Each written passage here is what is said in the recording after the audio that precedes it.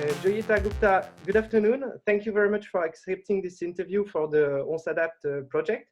You're a professor of environment and development in the Global South at the University of Amsterdam and at the Institute for Hydraulic and Environmental Engineering in Delft. Besides that, you are the co-chair of the 6th Global Environmental Outlook, which is a report of the United Nations issued in 2019. So this report is similar to the one issued by the IPCC, which is more widely known, at least in France. But the IPCC report is focused on climate, and your report has a wider scope, and it addresses issues of biodiversity, water management, social, environmental, and international policies, etc., etc. So here is my first question. Can you describe what your research consists of, and what is your role inside the United Nations?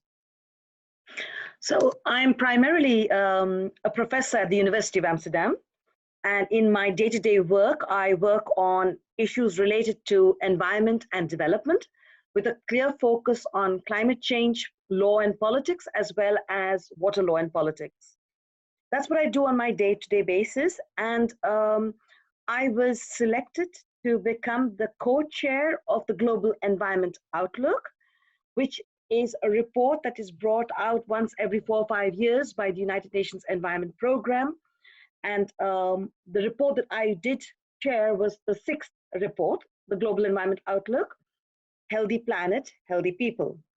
And we're not employed by the United Nations. We are asked to do it in our capacity as people working for the universities or working in research institutes.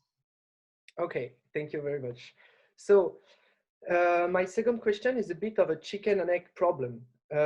On one hand, we have scientifically defined targets that we have to reach in order to make our world sustainable.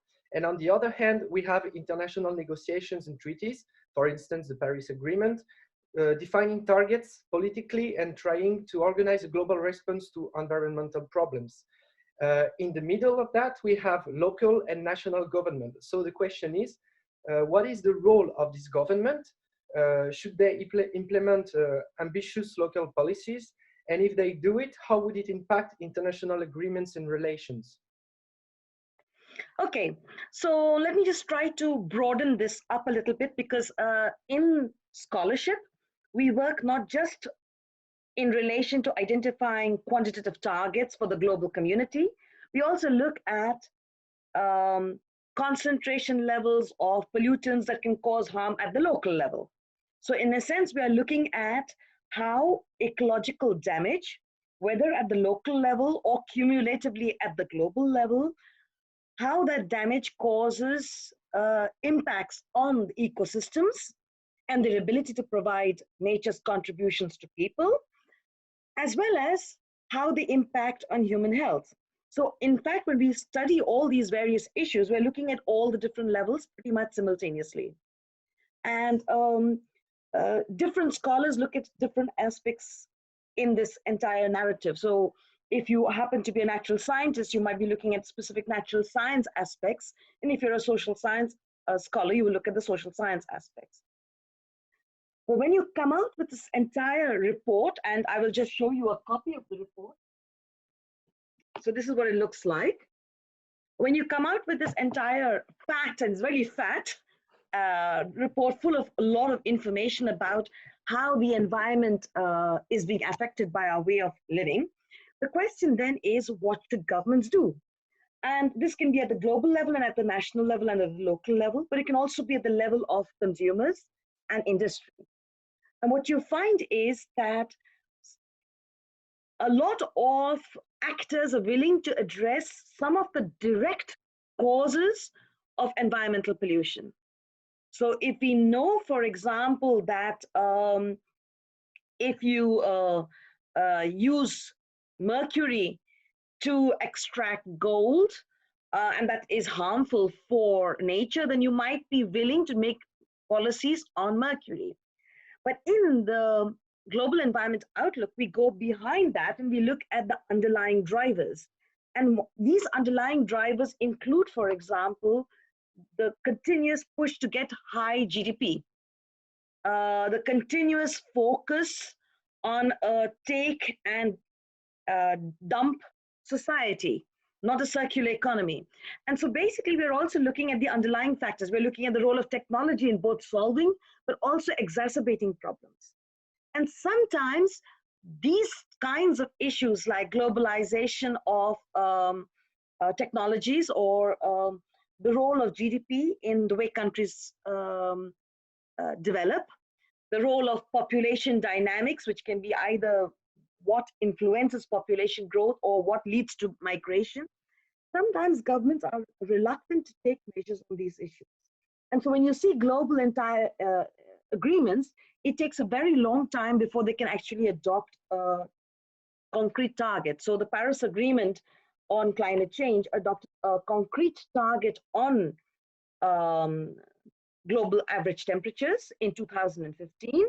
But we've been talking about a qualitative description of that since 1992, when the Framework Convention was adopted. So sometimes it takes a long time for the international community to come together, and especially when it's about things like energy, when the whole world is using a lot of fossil fuel and nobody wants to phase it out because of the huge financial damage that it causes.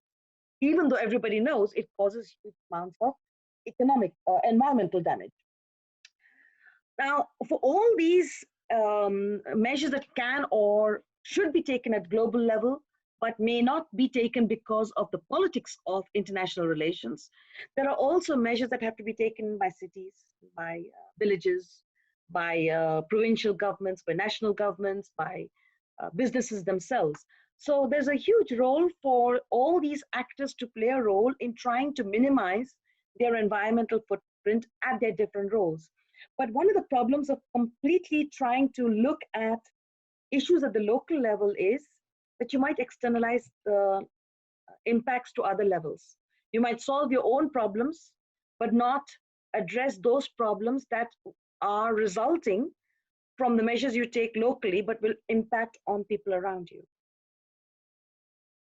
All right, thank you very much. Very complete answer. So if I understood well, the local level somehow is the first step, and then progressively it builds up to international agreements and wider scopes. And all the time we have to think about how we add up these things without externalizing the consequence of local choices. Right, but what you said now is a slightly different interpretation of what I said, because you said it's going from local to global. Historically, that is what has happened. But very often it goes from local to global, say in a rich country, and then it gets from global to local in a poor country, and then you're seeing things that may work in a rich country being imposed on a poor country where it may not work at all. So some countries upload their solutions to the global level, and then you are then bringing it down, downloading it into a developing country, and then it doesn't work. So you have to sort of think of this whole process as an iterative process, that you learn from lessons going up, you use the global level to minimize externalities, to make the rules of the playing field level, and at the same time, you learn through the implementation process what works, what doesn't work. Okay, thank you. So our aim in this project is to build concrete representation of what a desirable world could look like in 2030, 2040, 2050, etc. And the global environmental outlook gives a lot of insights to concretely imagine such world from what we know in the present. In a nutshell, it's describing the state of 5 socio-ecological systems and the policies that can be implemented to preserve them. So the socio-ecological systems are biodiversity, oceans, water, land, and atmosphere. You use the metaphor of health in the report, explaining that if these systems are healthy, then so is humanity. So my question is, what are the main things that can be done at local, national, and or international levels to keep each of these systems healthy? And maybe we can start with water, which is your main focus as a researcher. Okay, so if you look at water pollution, lack of access to drinking water and sanitation services is a major cause of death and disease. Today, lack of access to water means that you can't wash your hands regularly, which means you may have more risks in terms of accessing falling sick to COVID-19. So what basically you're seeing in water pollution is that water pollution is essentially quite a local problem. It needs to be addressed at local level. But very often that water pollution may be the result of extractive processes to provide goods and services to people far away. And that's where the global link comes in, where the extractive industry may be a multinational.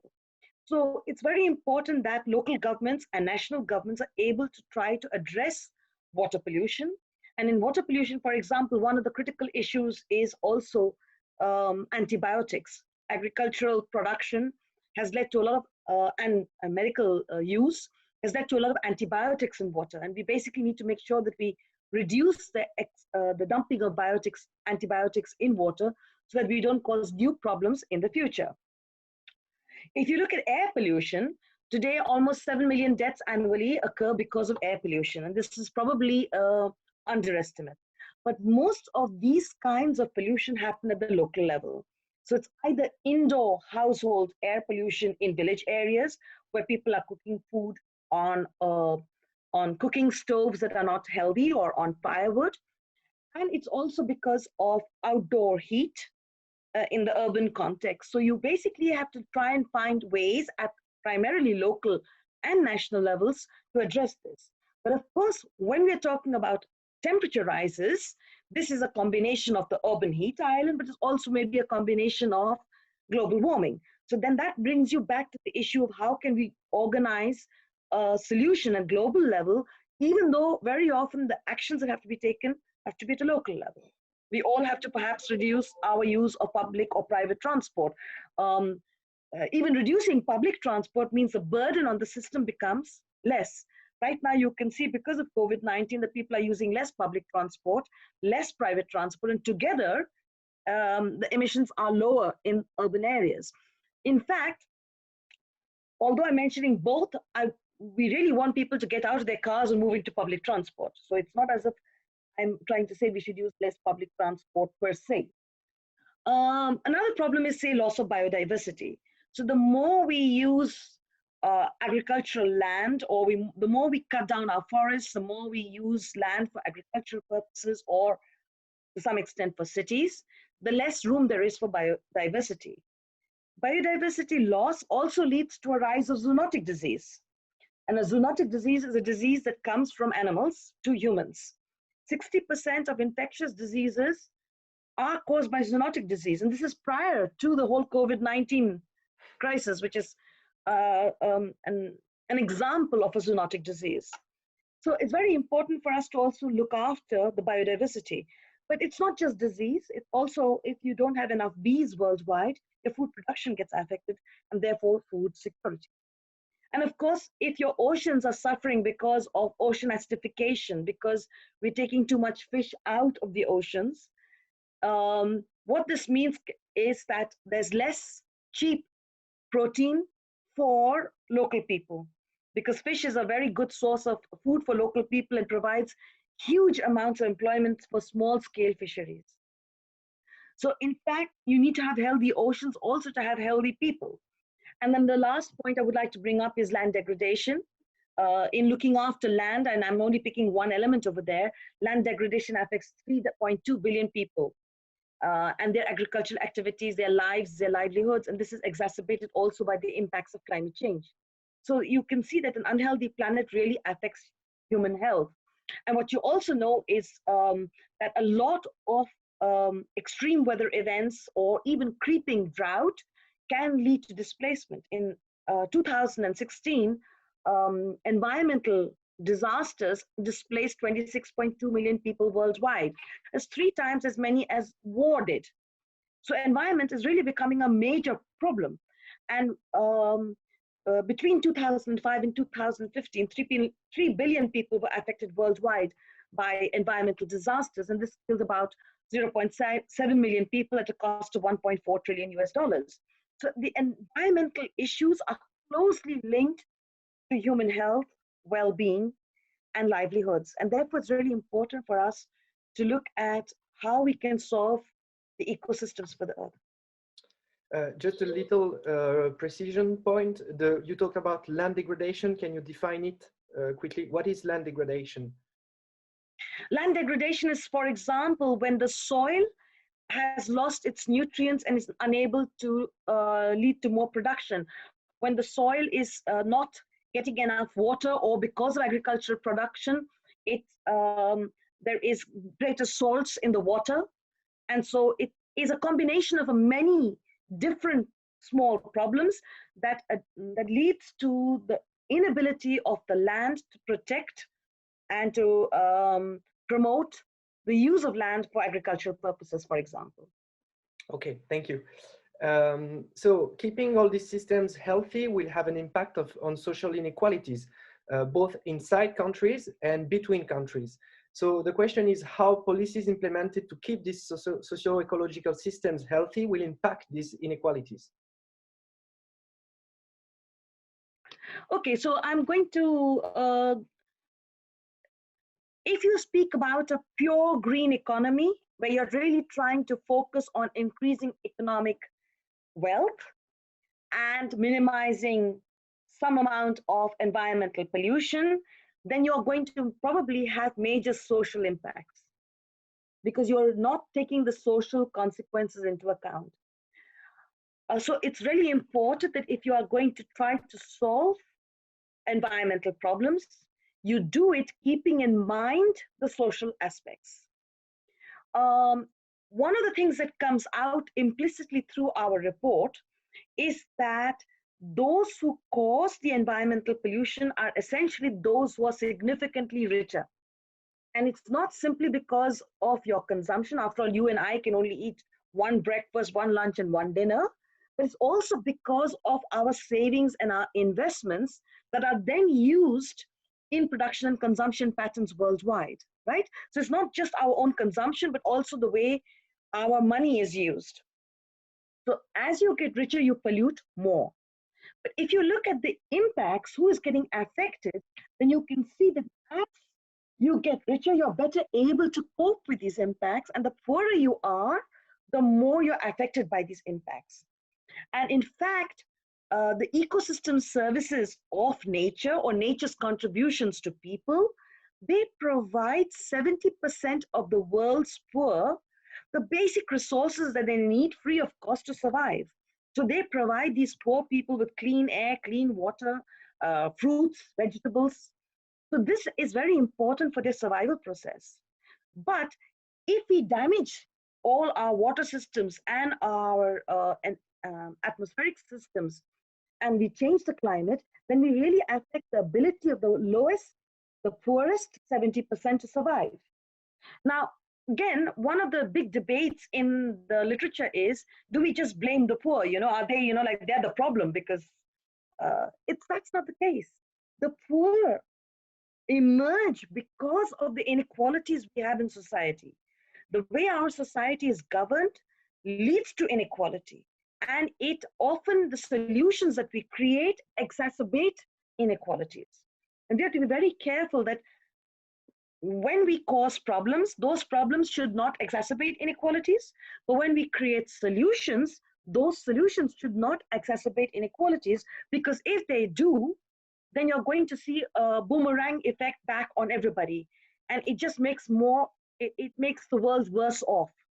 So it's very important in our view that if you solve ecological challenges, you take very clearly into mind what is also causing the underlying inequality, which enables some people to cause a huge damage on the environment and some people to have a disproportionate risk in front of them. And do you have in mind some potential pathways in keeping this socio-ecological system healthy without exacerbating social inequalities? Well, so for example, most of the GEO reports have pointed in a sort of a neo-Malthusian fashion, if you like, that population growth is a major driver, okay? Now, my personal view is that population growth happens as a result of inequality, whether it's gender inequality or wealth inequality or access to health inequality. So one of the things that you see, and it's also in the SDGs, is that if you can make sure that children between 0 and 5 years of age don't die, parents will make choices to have fewer children. There's a correlation. So if you provide health access, you will probably get fewer children in the future. And that may mean that there'll be less pressure on the environment from the perspective of access. But if you look at, say, from the perspective of, let's say, very rich people who have a very meat-intensive diet, if we could try to convince people that it's not only important for their individual health to eat less red meat, it's not only important for the pollution of resources, because when you have animal husbandry, you have a huge amount of pollution as a result.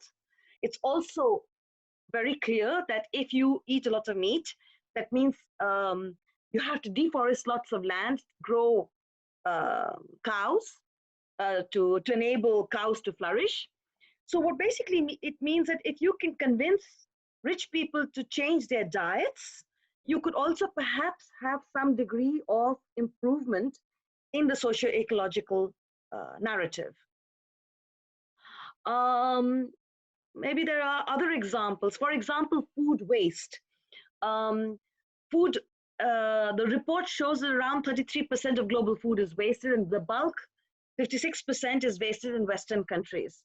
And that's because of the way our shops have all kinds of produce. Our labeling systems, which say that the packaging should be on the package, which say that you should finish eating the food within a certain time period, or because we simply don't eat the food and it just gets thrown, or the restaurants destroy the food because the law requires that if it's not eaten. So we waste a lot of food. So if we can restructure the way we organize life in the Western world around the food system to reduce that waste, then maybe we can save 9 million tons of greenhouse gases every year. If you look at the developing world, there the food waste is primarily because they don't have enough refrigeration systems or transport systems, or they have too many pests. So there the solutions have to be different for addressing the food waste problem. But if you could address food waste, you could also ensure that you don't have to spend so much extra money and resources in increasing food production. Okay. Which again causes greater damage to the environment. So can you repeat this last sentence? It's not an easy issue, because just to interrupt you, when our report was talking about the fact that we should perhaps encourage people to eat less meat, Latin American countries came back and said, but that's not fair to us, because if you all eat less meat, then we will make less money, because we have a lot of, we have a big meat industry. And they said this during the line-by-line approval of the policymaker summary of this report. And so you can see that there will also be a north-south challenge over here if rich countries don't eat products that are done prepared in the poor countries. So somehow we have to think of a clever way in which we try to find solutions that everybody agrees to and is able to accept, and that there is a sort of a process of transition towards a new future. Okay, thank you very much. One last questions. We invite researchers we interview to make a bit of their own artistic speculation for the world to come. So what kind of story would you tell that would represent a possible and desirable future? Or at least, what kind of story would you like to be told? I think that the most important story for me right now, and also because we are probably entering into an economic recession as a result of the COVID-19 virus, is that if you look at the world from the perspective of money, then you see that there is a huge depression coming through. So we were already in the middle of a climate emergency. We were already in the middle, in many ways, of a development challenge, because so many people in the world live below $1.9 per day. And even if they live above $1.9 per day, they're really actually living very, very challenging lives, because they don't have access to education, health, food, water, sanitation services, and other basic things that are essential for a life of dignity. So we were in the middle of all kinds of emergencies, only we were not willing to look at it. We were not willing to see it as a depression. I think that as we come out of this COVID-19 recession, this is a moment for us to think about whether we want to actually just focus blindly again on that GDP narrative and a business as usual, or we want to move towards a circular economy, at least with respect to the use of resources and waste. But in terms of food, perhaps we want to change our dietary patterns. We want to also eat perhaps a little less, because overconsumption of food is also a very big challenge worldwide. In terms of energy, we definitely want to phase out fossil fuels and move towards renewable energy. So if you talk about the three systems, energy, food, and waste, we would have slightly different storylines there. And I think we need to focus in this new world on human health. And what's really interesting to note is that right now, almost all countries in the world have prioritized human health over economic productivity. And this means we can do it. It's only a question of political will, and it's a question of where to look at. And another important story from the COVID-19 case is that unlike climate change, where you have a damage somewhere in Bangladesh, then in the US, it's sort of not happening simultaneously.